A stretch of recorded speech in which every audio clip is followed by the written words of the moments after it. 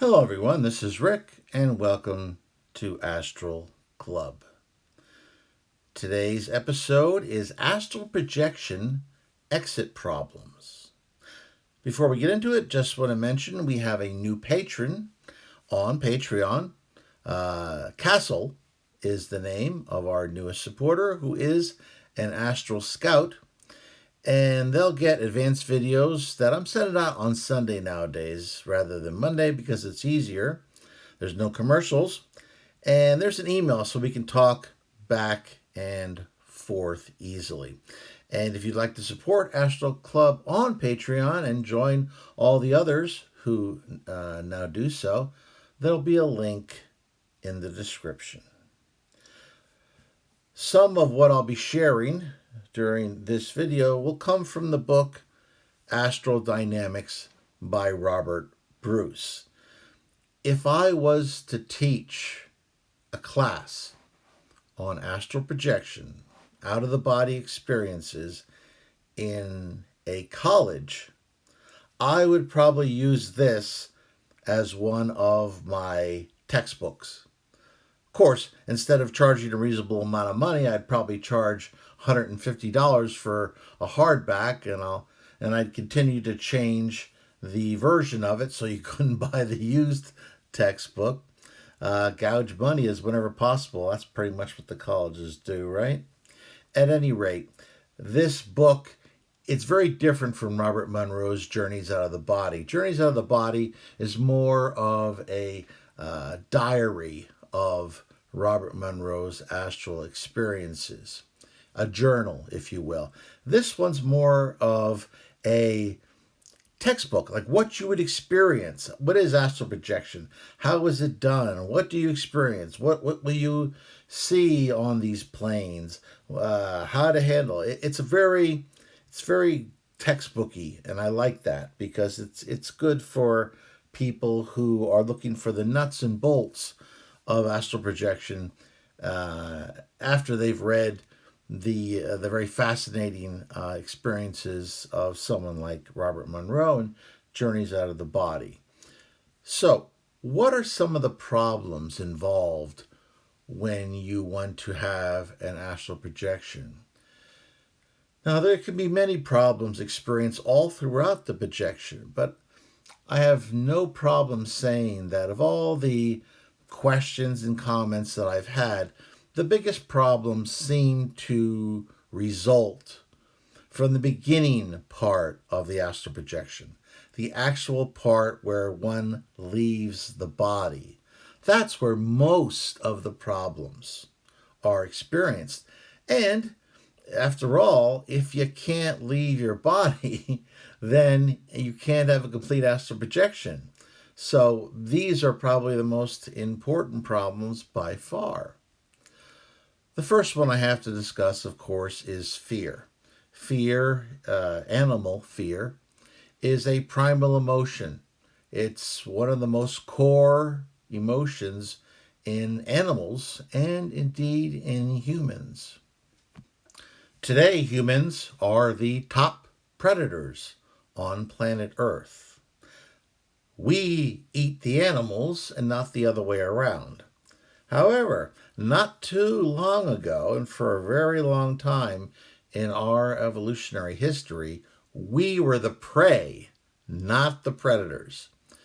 We would hear noises at night as we crouched in our trees.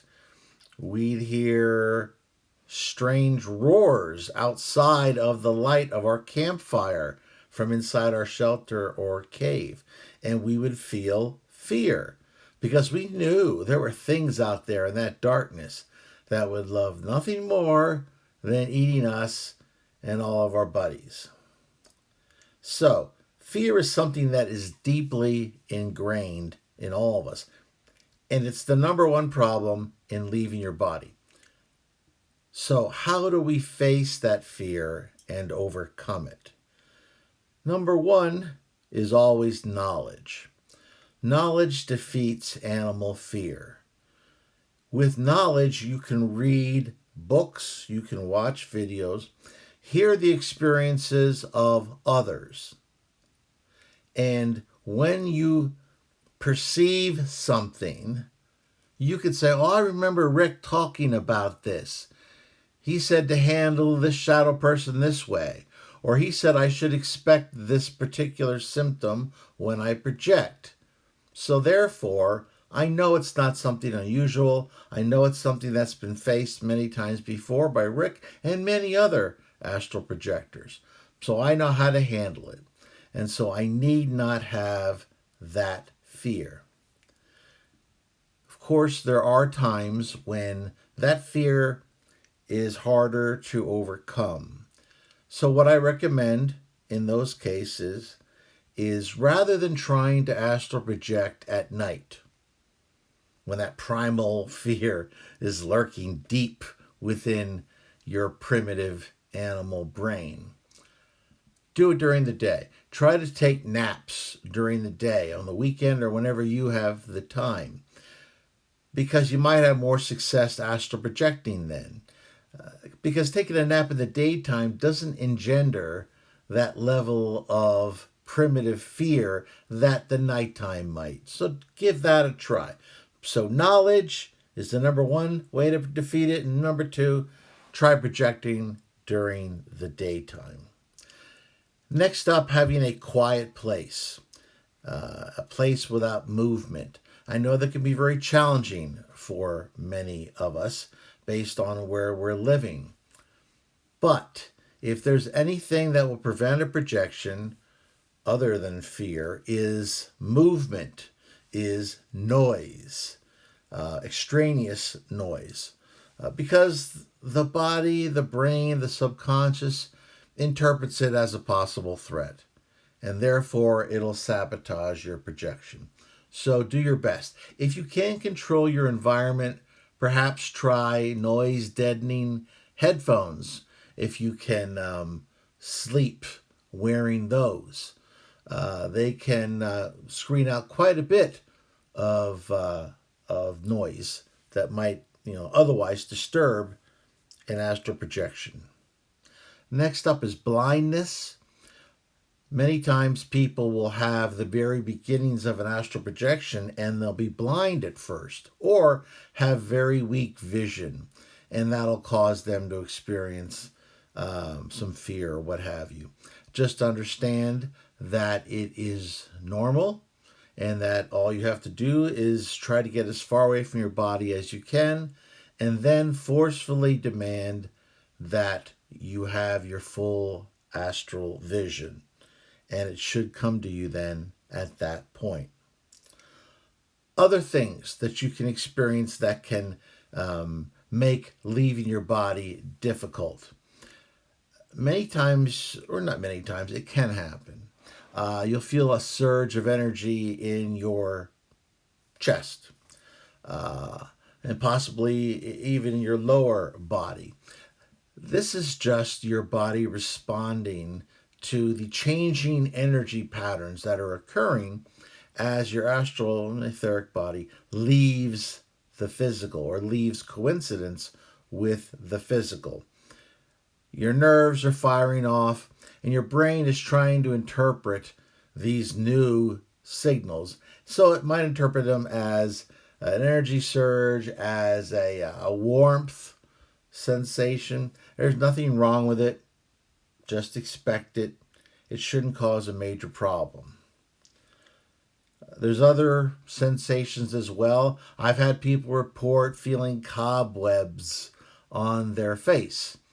I think that's just another example of the fluctuations in energy as the astral body is leaving. The physical body is reporting these odd sensations, and so there may be that particular sensation as well. If you experience it, ignore it. It's not a problem. I have experienced the feelings of energy in my crown, on top of my head, and also in my third eye area when I've returned from astral projections. I have heard from some people that they've experienced those sensations prior to astral projection. I think you're activating energy centers here that perhaps have been dormant, and so you're experiencing these odd sensations, which are actually good. I do know that people who suffer from migraines might want to back off of astral projection for a while if you experience this symptom. Because once I heard from someone who said that it triggered a migraine for them. Now, if you don't experience migraines, you shouldn't have a problem. But if this is a real problem for you and you experience this sensation of energy in the top of your head or in the forehead, that you might want to back off from the projection. But if you don't suffer from migraines, then it really isn't a problem. Next up is breathing problems. I've had a number of people who've contacted me about this. Now, I'm not talking about sleep apnea. That's a medical condition which you need to discuss with your doctor. That's when you wake up gasping for air in the middle of the night because for some reason you stop breathing. That has nothing to do with astral projection. However, there can be a sensation of changed breathing during astral projection. It'll disturb or even prevent a projection if you start to panic. However, realize that assuming you are normal from a physical standpoint, and I always assume that because I never recommend projecting unless you are normal mentally and also normal physically. If you have any severe physical or any severe mental health problems, I would never recommend projection. But assuming you are healthy physically and healthy mentally, then you're not going to stop breathing. The sensation that you feel is just an altered breathing cycle. Many times, what will happen is your level of breathing will lessen. You'll go more into a state of, I'll say, semi hibernation, where your processes have very much slowed down. It's fine. It's normal. You'll only be away for a number of minutes, and when you come back, you may experience taking a few deep breaths. But as I said, assuming you are normal physically, then it's just an expected part of astral projection. Some people have reported problems with the rope method. One of the methods that you can find in astral projection books is the method whereby you visualize yourself climbing out of your body using a rope. I've never liked that method personally because I found that my dominant hand was stronger than my less dominant hand, even in the astral. So I would have a problem. My right hand would be just fine. My left hand wasn't quite working, which is why I eventually just settled on the rollout method as a kid. And I think it naturally worked for me because a couple of times as a kid, I rolled out of bed because I was having very active dreams. And so all I did then was use that method to get my astral body rolling out onto the floor. I always knew immediately whether I was out of my body or not because when I rolled out in my body a couple of times, it hurt when I hit the wooden floor. We didn't have carpeting in my old bedroom. However, when I rolled out in the astral, I just felt a heavy sensation, but there wasn't pain. So that's why I use the rollout. Today, I just dispense with all of that. I just usually end up finding myself outside my body, or I'll end up homing in on my old home. You might find that sometimes, a lot of times, because your astral body, if you began in one place and you had a lot of astral projections in one place, don't be surprised if you end up there a lot, because there's like this homing beacon that draws you in. But um, just be aware that that can be a problem. That particular rope method. It's not my favorite. Another one is being stuck to your body during the exit. You're almost out, but there's a part of you, a lot of times I find the stomach part, where you're stuck. Why? My theory is you ate too much of a heavy meal not long enough ago, and there's still digestion going on, and that very active process isn't allowing a release at that point of your astral body. So, what do you do here? Well, you don't eat a heavy meal if you're intending on astral projecting. It's a bad idea, especially one that's protein rich, because that's harder to break down. Another problem that I've seen, and it's not a problem for me because I've never liked jewelry or watches, and maybe it's because I discovered early on as a kid that wearing jewelry or watches to bed prevented me from having astral projections. There's something about the electromagnetic field that some metal jewelry and watches give off. It makes astral projection more difficult. So you shouldn't be wearing any sort of jewelry or watches if you intend to astral project. That's just my experience. If you can do it with a wedding ring on or whatever, that's fine. But I'm saying that I've had problems in the past.